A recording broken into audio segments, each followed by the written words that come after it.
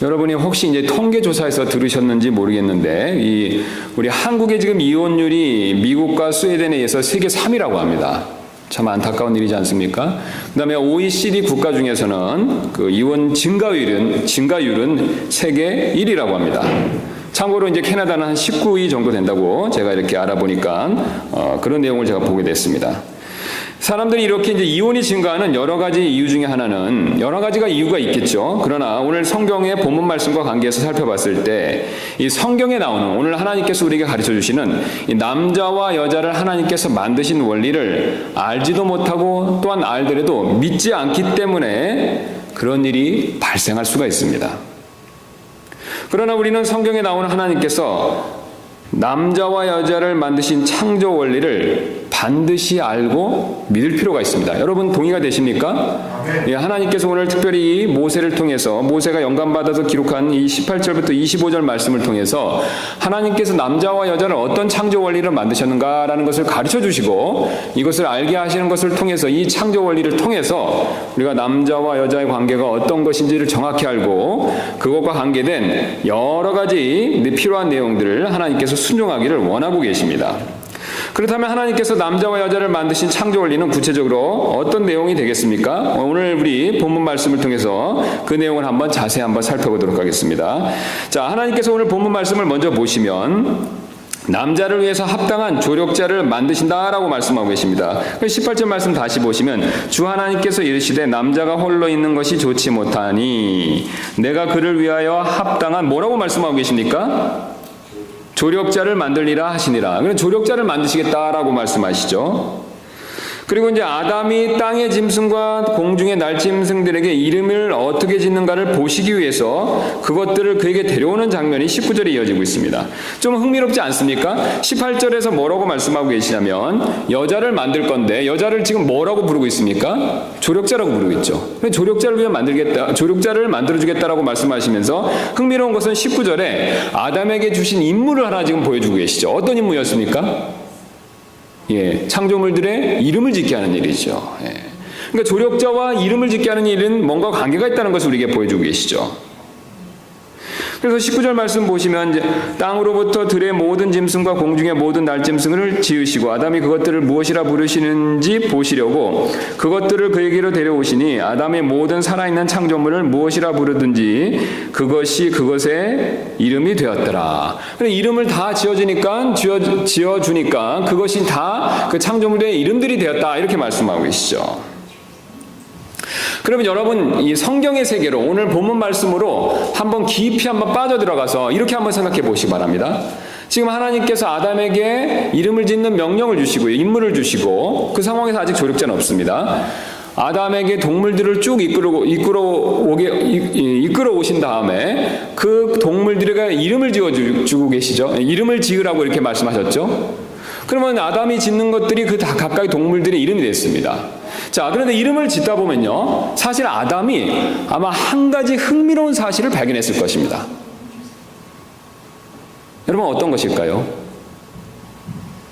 암수가 쌍이 있다는 거죠. 물론 성경에 하나님께서 암수를 처음에 쌍으로 만들었다라고 직접적으로 말씀하시진 않지만 우리가 노아의 방주 사건을 보면요. 방주 사건 때 쌍으로 데려간 것을 봤을 때 우리가 그것에 비추어서 추론해 볼 때 아마 하나님께서 최소한 어떻습니까? 2쌍 이상으로는 그러니까 쌍으로는 처음에 만드시지 않았을까라는 생각을 할 수가 있다는 것이죠. 여러분 동의가 되시죠? 예. 그러니까 꼭 그러니까 노아 형수 같이 이렇게 두 쌍씩만 만들었다는 뜻이 아니라 최소한 두 쌍과 그 이상으로 만드실 수도 있다는 것이죠. 예. 그러니까 어쨌든 한 가지 흥미로운 사실은 아담은 분명히 각각의 동물들이 짝이 있는 것을 봤을 것입니다. 그러나 자신은 어떻죠? 예, 없습니다. 예. 더 놀라운 것은 우리가 지금까지 이제 요한복음과 우리가 창세기 내용을 지난 시간까지 잘 배우셨다면 더 놀라운 것은 지금 아담이 하나님과 대면을 하고 있습니다. 여러분 역시 믿으시죠? 범죄하기 직전이기 때문에 하나님과 아담은 우리가 지금 하나님을 대면하는 것보다는 어떻습니까? 훨씬 더 자유롭게 대면했겠죠. 그 근거로 우리가 아담이 범죄하고 나서 하나님 동산에 거니시는 하나님 음성을 듣고 났을 때 반응이 어떤 것이었습니까? 숨었죠. 예. 그러면 죄를 짓고는 숨었기 때문에 죄를 짓기 전에는요. 안 숨었겠죠. 그러면 하나님과의 어떻습니까? 대면했겠죠. 예. 물론 어느 정도 하나님과 직접적으로 대면한지 우리가 알 길은 없습니다. 성경에서 직접적으로 얘기하지는 않기 때문이죠. 그러나 최소한 지금보다는 더 많이 하나님과 어쨌든 대면하는 일이 있었겠죠. 자, 그런데 우리가 다시 한번 가서 보시면 1장 26절에 보니까 하나님께서 이르시되 우리가 우리의 형상대로 우리의 모양에 따라 사람 만들고 했을 때, 여기서 우리가 하나님께서 이르시되 우리가 우리의 형상이라고 했을 때 우리가 어떻게 그때 이 창세기 1장 26절 말씀을 해석했습니까? 삼위일체 하나님으로 해석했죠. 여러분 기억나십니까? 자, 그러면 한번 저를 봐주시기 바랍니다. 아담은 지금 동물들이 쌍이 있는 것을 분명히 발견했을 것입니다. 암수가 있는 걸 발견했겠죠. 그런데 위로는요, 하나님 역시 혼자 계신 분이 아니라 어떤 하나님이십니까? 삼위일체 하나님이죠. 최소한 요한복음만 놓고 봤었을 때는 아버지와 아들이 있는 것을 아담이 봤을 가능성이 매우 높다는 것이죠. 예. 그러면 아담의 마음에 어떤 생각이 들었겠습니까? 하나님도 아버지와 아들 최소한 두 분 이상이 계시고 자기가 이름 짓는 동물들도요 다 쌍이 있죠. 그런데 본인만요 아무도 없습니다. 오늘 성경이 그 사실을 보여주고 있습니다. 그래서 19절, 20절 말씀 이렇게 나오죠. 아담이 모든 가축과 공중의 날짐승과 들의 모든 짐승에게 이름을 주니라. 그러나 아담을 위해서는 그를 위한 합당한 조력제를 찾지 못하였더라. 무엇을 발견한 겁니까, 여러분? 아담이? 자기가 혼자 있는 걸 발견한 거죠.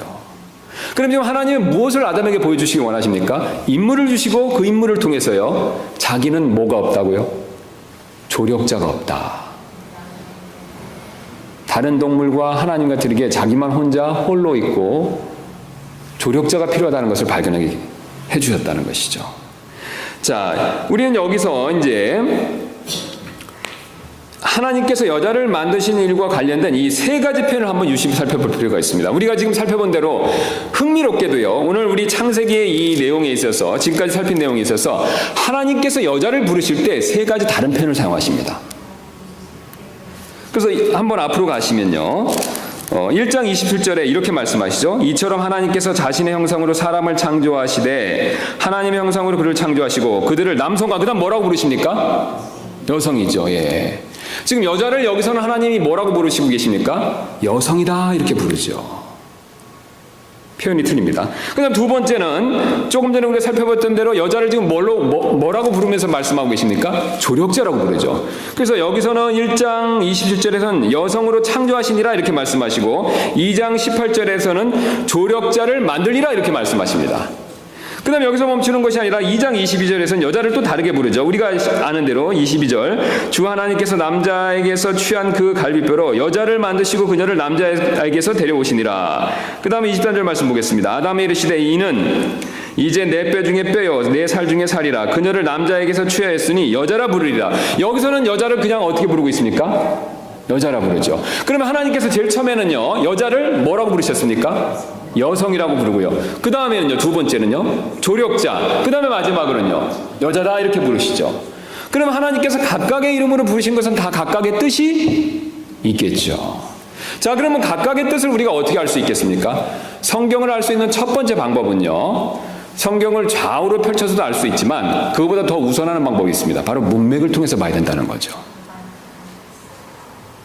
성경을 우리가 레퍼런스라고 해서 관주라고 그러죠. 좌우를 막 부지런히 찾아서 비슷한 내용이 있는 것들을 찾아서 이렇게 아는 방법도 있지만 위아래로 성경을 이해해서 아는 방법이 있습니다. 그 위아래로 특별히 아는 방법을 뭐라고 그러냐면 문맥을 따라 안다는 것이죠.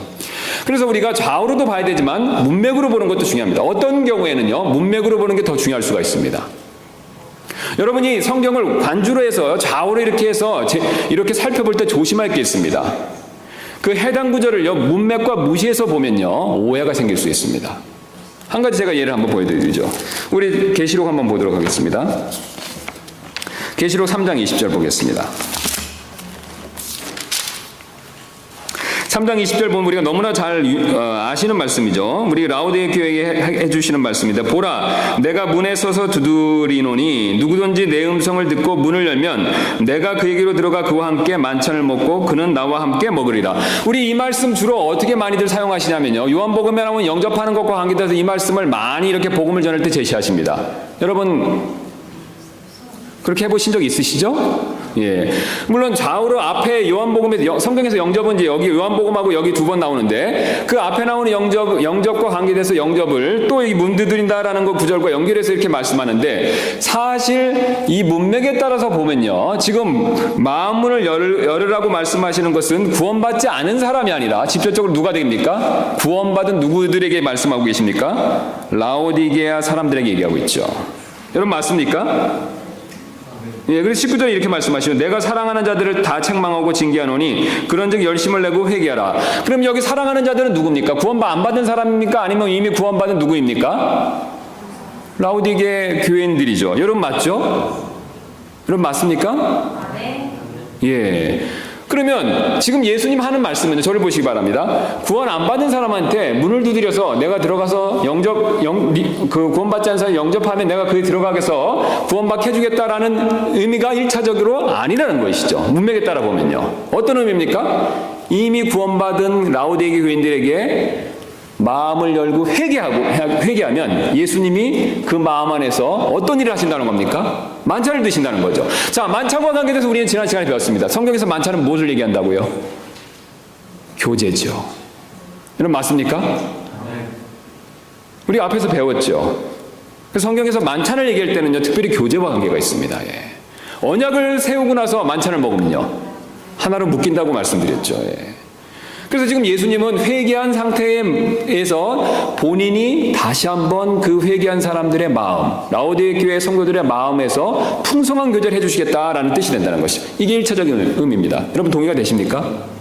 예, 물론 적용 차원에서 구원받지 않은 사람도 회개하고 예수님 믿으면 구원받아서 그런 교제 관계를 누릴 수 있는 것이 맞지만 1차적으로 문맥을 따라서는 어떤 사람들에게 해주시는 말씀입니까? 그렇죠. 구원받은 이미 라오디게 교인들에게 해주는 말씀이라는 것이죠. 그래서 여러분 성경을 이렇게 좌우로 막 이렇게 관주를 찾아서 그것을 살펴보고 또 다른 사람들한테 제시할 때 조심하실 필요가 있습니다. 문맥에 따라서 그것이 원래 본문에서 얘기하는 바가 아닐 수도 있다는 거죠. 그럼 제가 한번 도전적인 질문을 한번 드리도록 하겠습니다. 만약에 문맥에 따라서 이게 제대로 이해를 내가 반대로 한 상황에서 그 말씀을 믿고 있으면 사실 그 문맥에 따른 정확한 의미는 성령님을 알고 계십니다. 여러분 맞죠? 그럼 성령님을 알고 계시니까 이 사람이 지금 현재 믿고 있는 상태에서는 100% 제대로 믿고 있는 겁니까? 아니면 잘못 믿고 있는 겁니까? 사실? 좀 잘못 믿고 있는 거죠. 그럼 잘못 믿고 있으면 성령님이 아무래도 제대로 믿는 것보다는 은혜를 더 많이 주시겠습니까? 좀 상대적으로 덜 주시겠습니까? 덜 주시겠죠. 왜냐하면 성령님은 진리의 영이시니까요. 여러분 맞죠? 예. 그래서 지금 은혜를 안 주신다는 뜻은 아닙니다. 이렇게 믿어도 은혜를 주세요. 그러나 이게 문맥에 따라서는 1차적으로 구원받은 라오디게 교인들에게 주시는 말씀이기 때문에 그것을 알았을 때 사실 진리의 영이신 성령님께서 더 큰 은혜를 주신다는 것이죠. 그래서 문맥에 따라 아시는 것이 상당히 중요합니다. 예. 저한테 많은 가르침을 주셨던 제가 있었던 신학교 교수님이나 또 제가 이렇게 배웠던 이 목사님들은 이 부분을 저한테 참 많이 가르쳐 주셨습니다. 저도 처음에는 이 성경을 부지런히 좌우로 찾아서 이렇게 막 대조해보고 이런 거를 많이 하고 연습도 많이 했었는데 사실 제가 배운 것 중에서 큰 도전을 받은 것 중에 하나가 뭐냐면 문맥에 따라 봐야 된다는 거죠. 예. 문맥에 따라 봐야 성경을 정확히 볼 수 있습니다. 그리고 문맥에 따라 보다 보면요 성경이 이해되고 성경 전체가 보이기 시작합니다. 좌우로만 여전히 보시는 분들은요 그 해당 구절을 잘 하시는데요 문맥에 따라 보는 연습이 안 됐기 때문에 성경 한 권, 그 성경 전체를 잘 이해를 못 하세요. 그래서 우리는 좌우로도 보고 위아래도 보는 연습을 하셔야 되는데 특별히 위아래, 문맥에 따라 보는 연습을 많이 하셔야 됩니다. 예. 사실 목회자의 목적 목회자가 목회를 해야 될 성도분들을 이 말씀으로 잘 먹여야 되는 방법 중에 하나가 뭐냐면 문맥에 따라 성경을 보게 하셔서 스스로 나중에 성경을 볼 수 있게 하는 것. 이게 목적입니다. 여러분 믿으시죠? 좌우로 찾는 거는 혼자 하실 수 있어요. 예. 요새는 컴퓨터도 좋아지시면 다 나옵니다.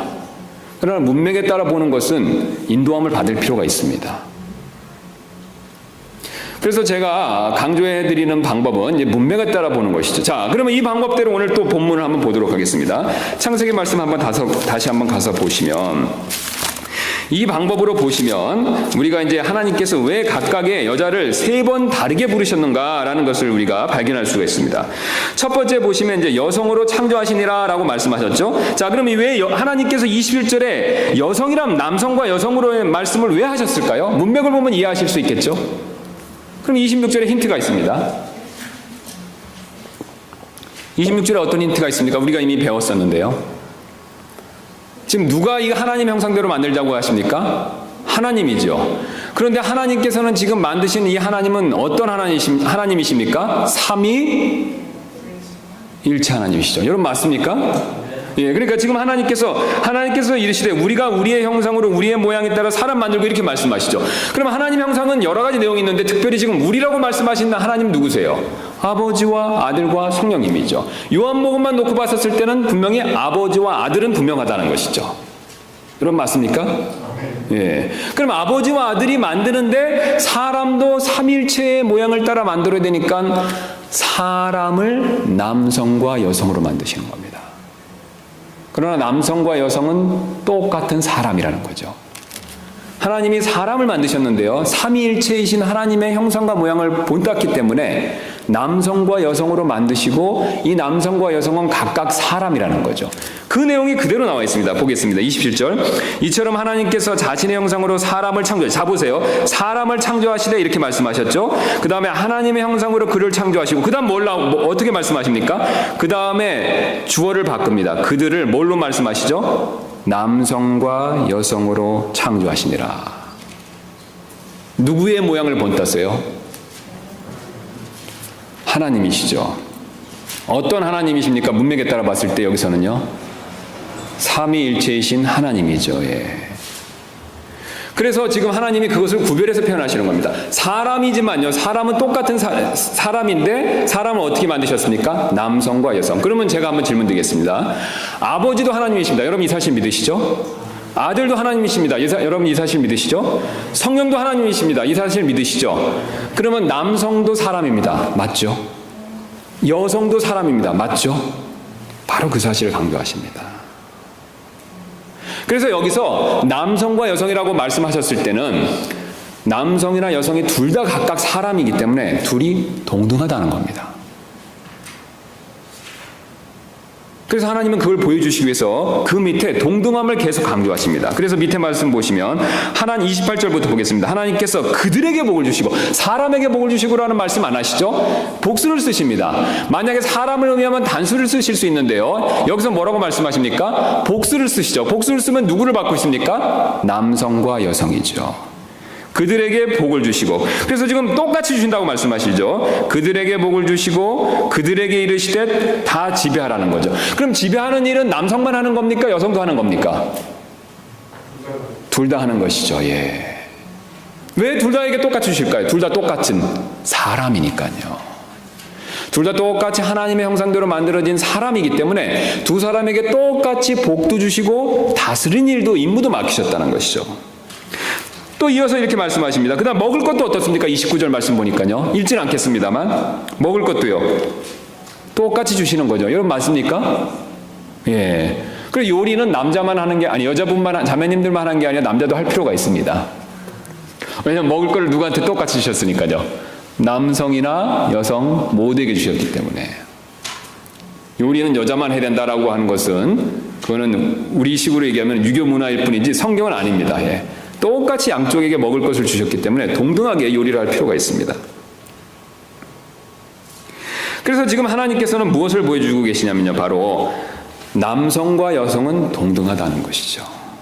왜냐하면 아버지와 아들 역시 똑같이 두 분 다 하나님으로 동등하듯이 남성과 여성 역시 똑같이 하나님의 형상으로 만들어졌기 때문에 동등하다는 겁니다. 그럼 제가 한번 질문 드리겠습니다. 제가 조금 전에 말씀드렸듯이 유교나 이슬람교나 심지어는 이게 다른 종교에서 얘기하는 것처럼 여자는 남자 밑에 있는 열등한 존재이다라는 생각은 성경적으로 옳은 생각이 되겠습니까? 아니겠습니까?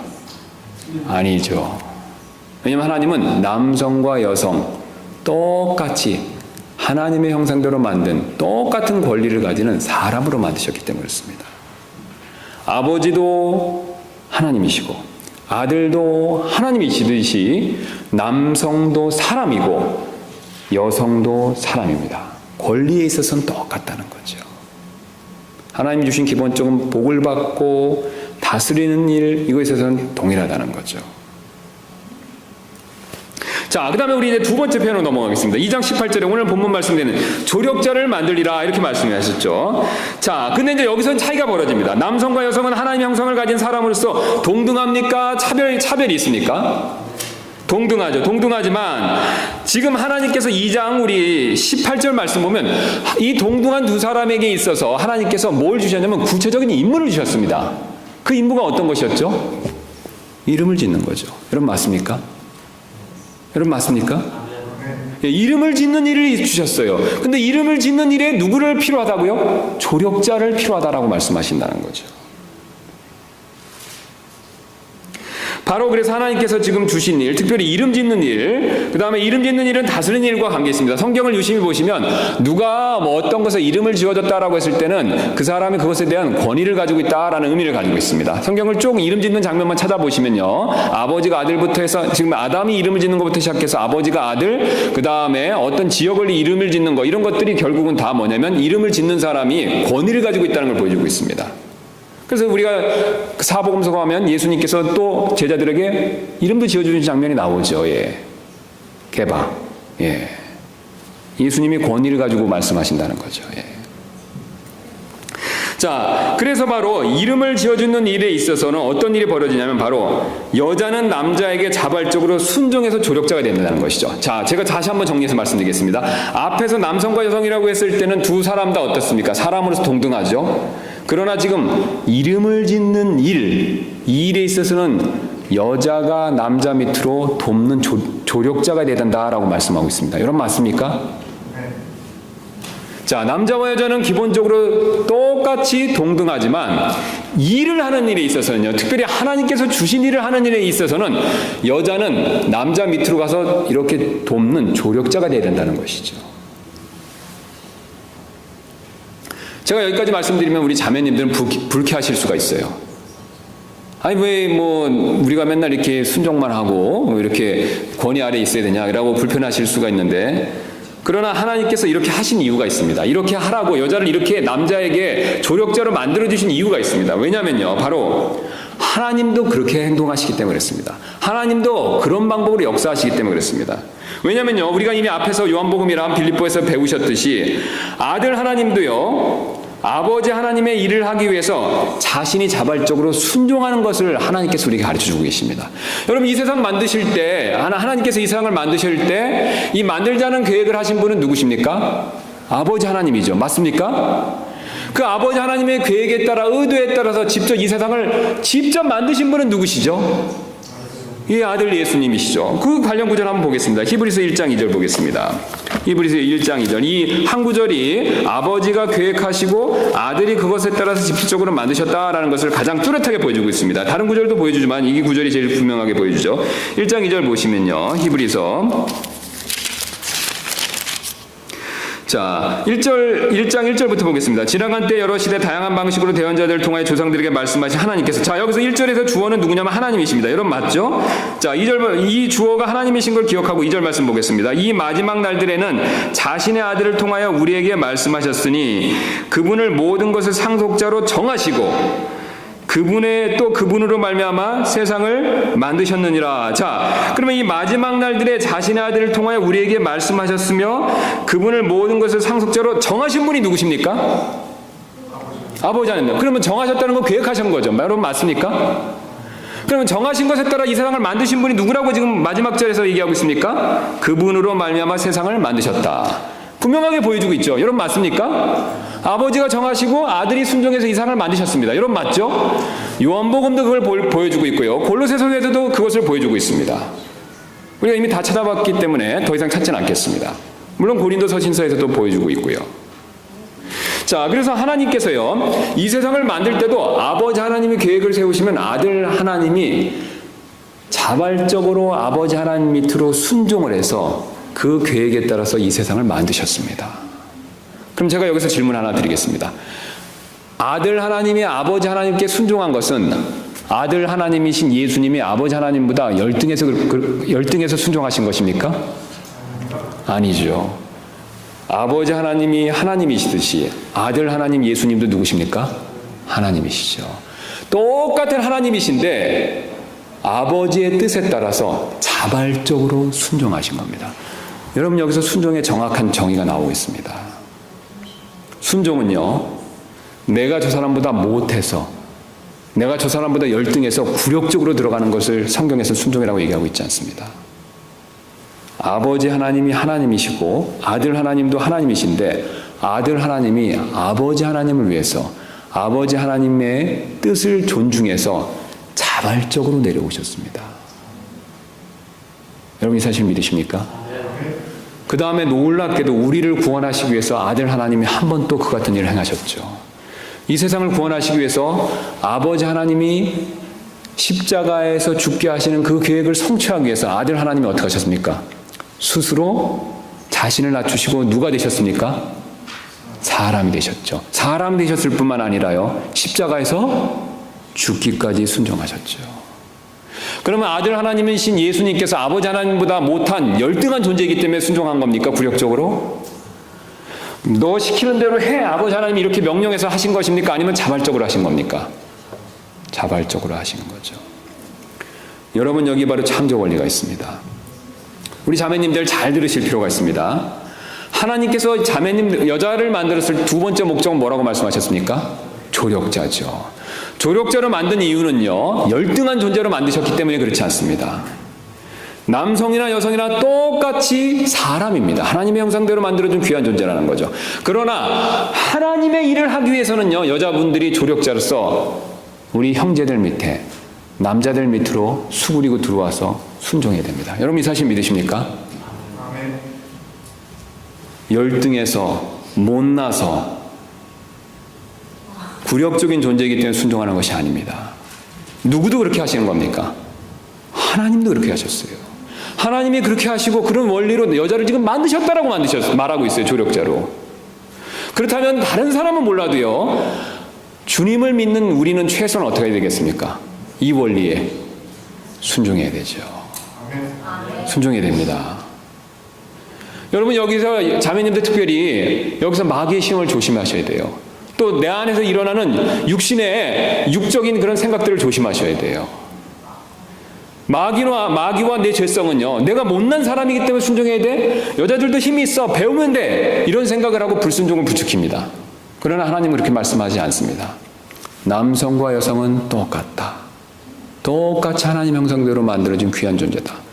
그러나 하나님의 일, 하나님이 맡겨주신 가정의 일, 그것을 위해서는 여자가, 여성이 자발적으로 순종해야 된다는 것이죠. 누가 순종하시듯이요? 예수님께서 순종하시듯이 동일하게 순종해야 될 것을 말씀하고 계십니다. 여러분, 이 원리가 바로 교회에서도 발견되고 있습니다. 여러분, 이 교회의 머리는 누구시죠? 예수님이시죠. 우리 또 교회는 신부라고 성경은 묘사하고 있습니다. 예수님은 신랑으로 묘사하죠. 그럼 우리가 이 교회가 예수님께 어떻게 됩니까? 구원받았기 때문에 또 히브리서 말씀을 보면 우리가 예수님께서 우리를 형제라고 부르는 것을 부끄럽게 여기지 않으신다는 표현이 있습니다. 그래서 예수님이 하나님의 아들이시듯이 우리도 하나님의 아들들입니다. 여러분 믿으시죠? 예수님과 우리는 똑같이 하나님의 아들들이지만 주님의 일을 위해서는요, 주님이 세우신 이 교회를 위해서는 우리가 어떻게 됩니까? 교회가요, 주님의 명령에 순종해야 됩니다. 제 명령에 순종하라는 뜻이 아닙니다. 이 교회의 머리이신 누구의 명령이에요? 예수님의 명령에 그것도 자발적으로 순종할 필요가 있습니다. 여러분, 여기서 마귀의 시험을 조심하셔야 됩니다. 우리가 옛날에 몇 주째 살펴본 대로 루시퍼는 반대의 생각을 했죠. 어떤 생각을 했습니까? 하나님보다 높아지려고 그랬죠. 그러나 주님은요, 자신의 위치보다 낮아지는 걸 원하십니다. 특별히 어떤 일을 위해서요? 주님의 일을 위해서. 여러분, 이것은요, 목회자와 성도 간에도 관계도 똑같이 동일한 원리로 발견됩니다. 저나 여러분이나 똑같이 형제입니다. 여러분 이 사실 믿으시죠?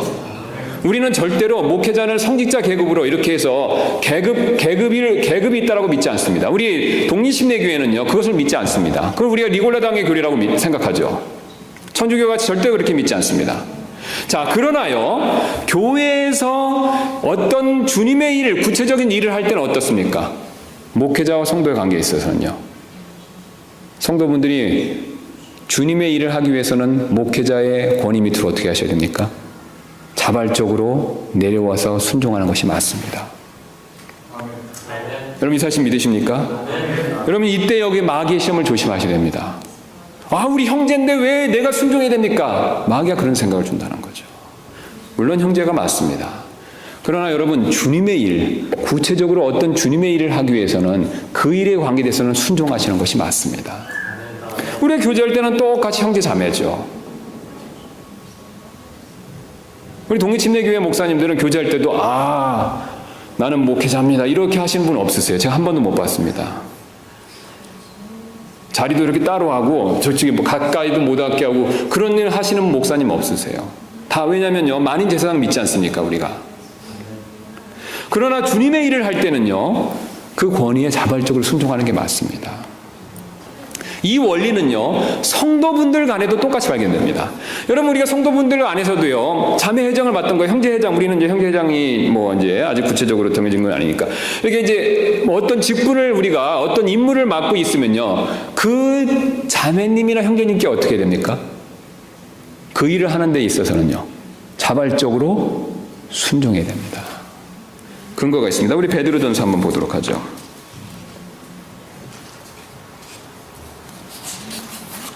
베드로전서 5장 5절입니다.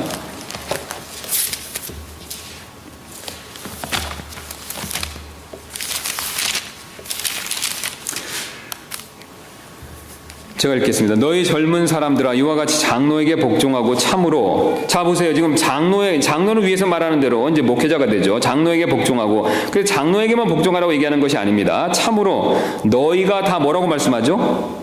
서로에게 복종하며. 지금 복종을 두 번 얘기하고 있습니다. 첫 번째 누구에게요? 장로에게. 두 번째는요, 서로에게 복종하며 겸손으로 옷 입으라.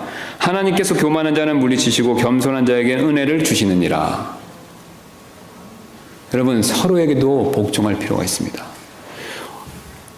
특별히 이 형제분이 어떤 일을 맡았을 때요, 어떤 주님의 일을 맡았을 때는요, 어떻습니까? 그분의 맡은 일에 대한 권위를 존중하고 하나님 주셨기 때문에 그것을 내가 자발적으로 순종할 필요가 있습니다. 그래서 자매회장님 어떻게 했으면 좋겠습니다, 기도해보고 이렇게 말하는데, 저는 그렇게 안 할래요, 제 마음에 안 듭니다 라고 그렇게 해서 자신의 생각과 의를 내세워서는 안 된다는 것이죠. 그분이 말하는 것이 틀리지 않았다면요, 물론 완벽하지 않을 수는 있습니다. 그러나 성경이 금지하는 것을 행하자고 말하지 않는 이상은 우리는 그분이 시키는 대로, 그분이 기도하고 생각한 바를 존중하고 따를 필요가 있습니다. 여러분, 그래야 교회가 화평합니다.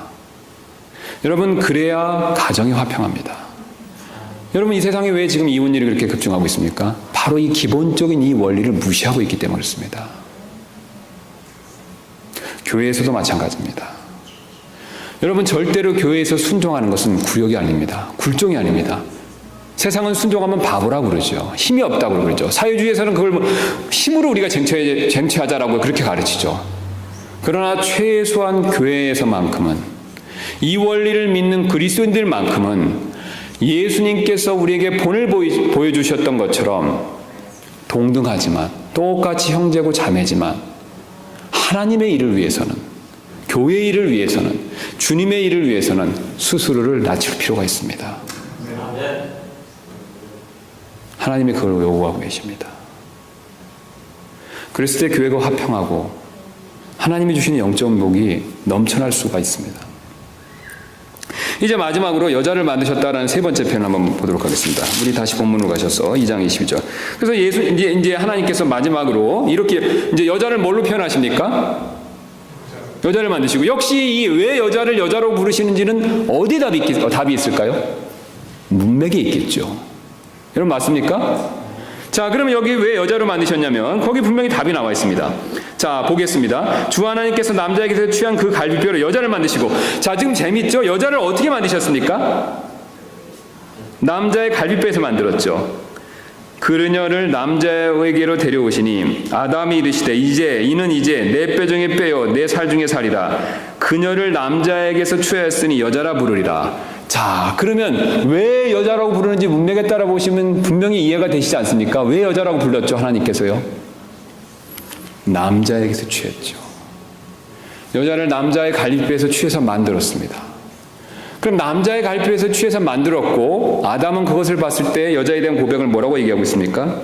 내 뼈 중에 뼈요 내 살 중에 살이라. 이게 무슨 뜻입니까, 여러분? 여자는 남자와 둘이 아니라 하나라는 거죠.